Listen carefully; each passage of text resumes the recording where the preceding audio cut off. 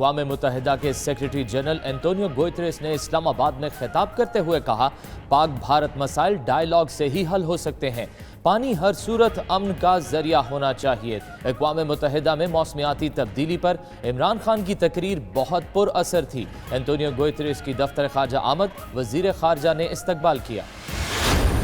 افغان مہاجرین کی طویل عرصہ میزبانی کرنے پر پاکستان کا شکریہ، پاکستانی قوم بہترین میزبان ہے، دریا دلی کو سراہنے آیا ہوں۔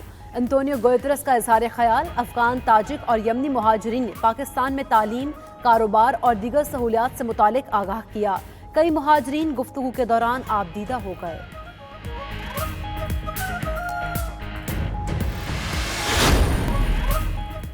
پاکستان گرے لسٹ سے نکلے گا یا نہیں؟ FATF کا اہم اجلاس آج سے پیرس میں شروع ہوگا۔ پاکستان کو گرے لسٹ سے نکالنے یا مہلت دینے کا فیصلہ کیا جائے گا۔ پاکستان نے سعودی عرب اور ترکی سمیت کئی ممالک کی حمایت حاصل کر لی۔ پاکستان فورم کی تمام سفارشات پر خاطر خواہ پیش رفت بھی کر چکا ہے۔ حماد اظہر کی سربراہی میں پاکستانی وفد پیرس میں موجود۔ شہباز شریف نے پھر سیاسی مخالفین کو نشانے پر رکھ لیا۔ نیب عمران نیازی، جہانگیر ترین اور شہزاد اکبر شریف فیملی کے ساتھ زیادتی کر رہے ہیں۔ اتفاق فیکٹری کومیائے جانے اور دوسری زیادتیوں کے باوجود کوئی فرق نہیں پڑا۔ مریم نواز کا کیس لاہور ہائی کورٹ میں ہے، امید ہے والد کے علاج کے لیے انہیں اجازت مل جائے گی۔ صحت کارڈ منصوبہ نون لیگ نے پاکستان صحت کارڈ کے نام سے شروع کیا۔ رانا ثناء اللہ نے کہا، موجودہ حکومت نے عام آدمی سے مفت ادویات کی سبسڈی تک چھین لی، ہم احساس پروگرام سے زیادہ مفت ادویات دے رہے تھے۔ ادھر فیاض الحسن چوہان نے رانا ثناء اللہ کو جواب دیا، آل شریف نے خیبر پختونخوا کے انصاف صحت کارڈ پروگرام کی نقل کی تھی۔ زیادہ سے زیادہ ٹیکس دو، ترقیاتی منصوبوں پر اپنا نام لکھواؤ۔ حکومت نے ٹیکس نظام کی بہتری کے لیے نیا پلان متعارف کرا دیا۔ ترقیاتی منصوبوں کو زیادہ ٹیکس دینے والوں کے نام سے منسوخ کیا جائے گا۔ PTI رہنما عثمان ڈار کہتے ہیں، مہم کا بنیادی مقصد لیڈنگ ٹیکس دہندگان کو عزت دینا ہے۔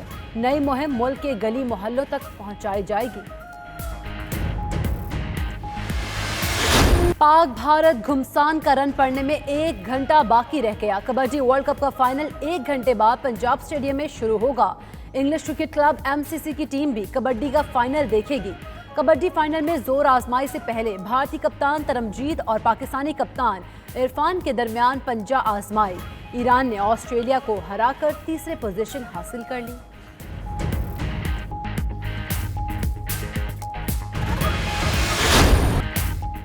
چولستان جیپ ریلی میں نادر مغزی نے اعزاز کا دفاع کر لیا۔ پریپیڈ کیٹیگری میں 43 گاڑیوں کے درمیان 246 کلومیٹر ٹریک پر مقابلہ، نادر مغزی پھر پہلے نمبر پر رہے۔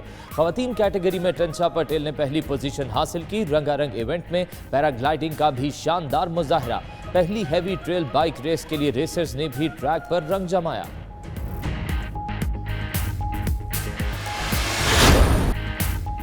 چھٹی کے روز بھاگم بھاگ، اسلام آباد والوں نے صحت مند سرگرمی میں حصہ لے کر خود کو فٹ رکھنے کا انتظام کیا۔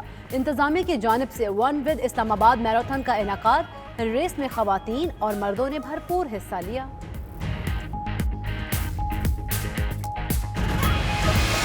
اس خط سے پہلے تقریباً 50 خط آ چکے ہیں۔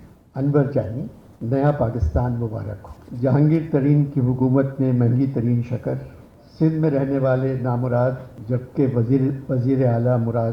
لندن کے گول میز کانفرنس میں صرف نون لیگ کے لوگ۔ خیر چھوڑو اس قصے۔ انور مقصود کے معاشی اور سیاسی صورتحال پر چٹکلے، کراچی آرٹس کونسل میں سجی شام گفتار میں مزاح نگار انور مقصود نے خوبصورت باتوں کے ذریعے شہریوں کے چہروں پر مسکراہٹیں بکھیر دیں۔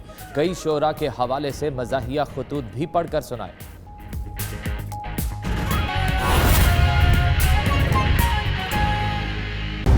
ہر مورچے پہ نہ صرف ان کے موقف کا دفاع کیا بلکہ ان کے نظریے کو حقیقی عملی شکل دینے میں اور عملی جامہ پہنانے میں انہوں نے انتھک محنت کی۔